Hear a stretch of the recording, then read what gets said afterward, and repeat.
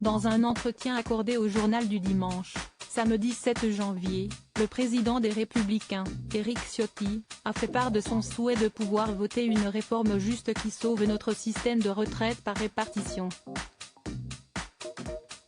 La situation budgétaire, démographique et économique impose cette réforme, avait-il ajouté, insistant par ailleurs sur la volonté de son groupe d'atténuer la brutalité du projet de loi.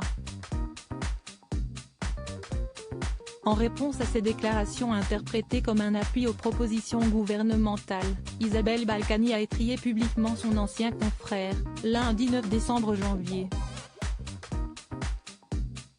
Dire en même temps que l'on va voter une réforme juste et vilipender sa brutalité.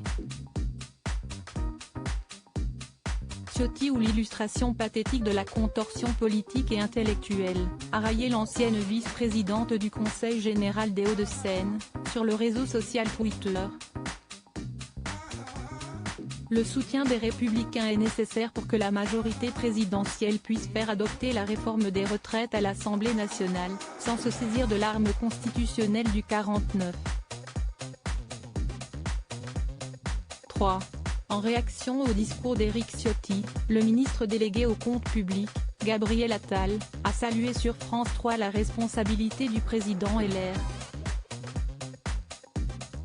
Sur France 5, Bruno Le Maire, ministre de l'économie et des finances, s'est réjoui d'un potentiel accord avec cette partie de l'opposition.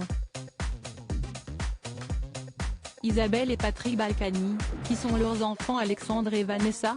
Présentation le 10 janvier. La première ministre, Elisabeth Borne, présentera mardi 10 janvier la réforme des retraites aux Français, à l'issue d'une série de cycles de concertation entre l'exécutif, les partenaires sociaux et les organisations patronales.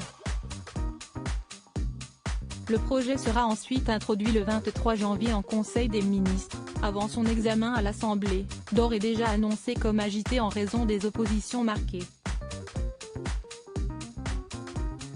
Entre autres, la réforme comprendra le report progressif de l'âge légal de départ à la retraite à 64 ou 65 ans. Article écrit en collaboration avec 6 médias. Crédit photo, Christophe Clovis.